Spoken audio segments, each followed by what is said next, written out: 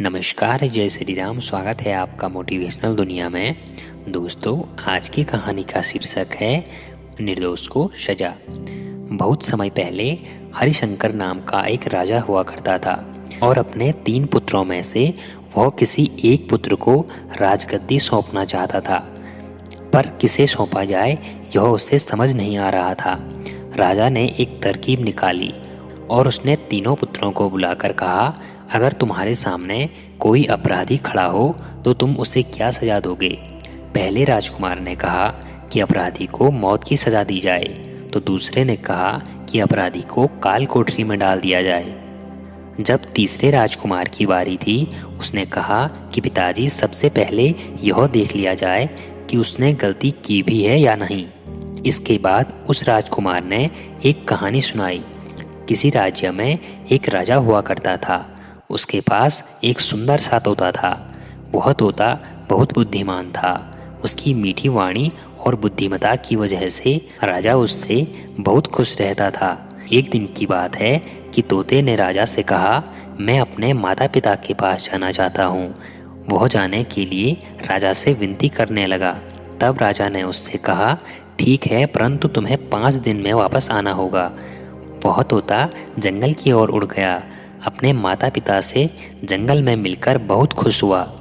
ठीक 5 दिनों के बाद जब वह वापस आ रहा था, तब उसने एक सुंदर सा उपहार राजा के लिए ले जाने का सोचा। वह राजा के लिए एक अमृत फल ले जाना चाहता था। जब वह अमृत फल के लिए पर्वत पर पहुंचा, तब तक रात हो चुकी थी। उसने फल तोड़ा और रात वहीं गुजारने का सोचा।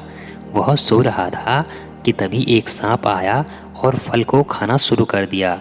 सांप के जहर से वह फल भी जहरीला हो चुका था। जब सुबह हुई, तब तोता उड़कर राजा के पास पहुंच गया और राजा से कहा कि राजन, मैं आपके लिए एक अमृत फल लेकर आया हूँ। इस फल को खाने के बाद आप हमेशा के लिए जवान हो जाओगे और अमर हो जाओगे। तभी मंत्री ने कहा कि महाराज, पहले देख लीजिए कि फल सही भी है या नहीं। राजा ने बात मान ली और फल में से एक टुकड़ा निकालकर कुत्ते को खिलाया। कुत्ता तड़प तड़प कर मर गया।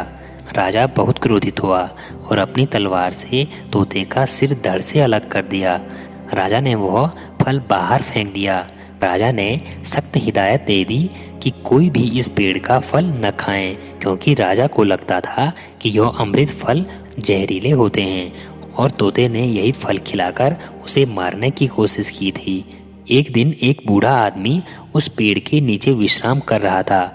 उसने एक फल खाया और वह जवान हो गया, क्योंकि उस वृक्ष पर उगे हुए फल विषयुक्त नहीं थे। जब इस बात का पता राजा को चला तो उसे बहुत ही पछतावा हुआ।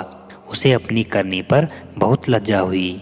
तीसरे राजकुमार के मुख से यह कहानी सुनकर राजा बहुत खुश हुआ और तीसरे राजकुमार को सही उत्तराधिकारी समझते हुए से ही अपने राज्य का राजा चुना।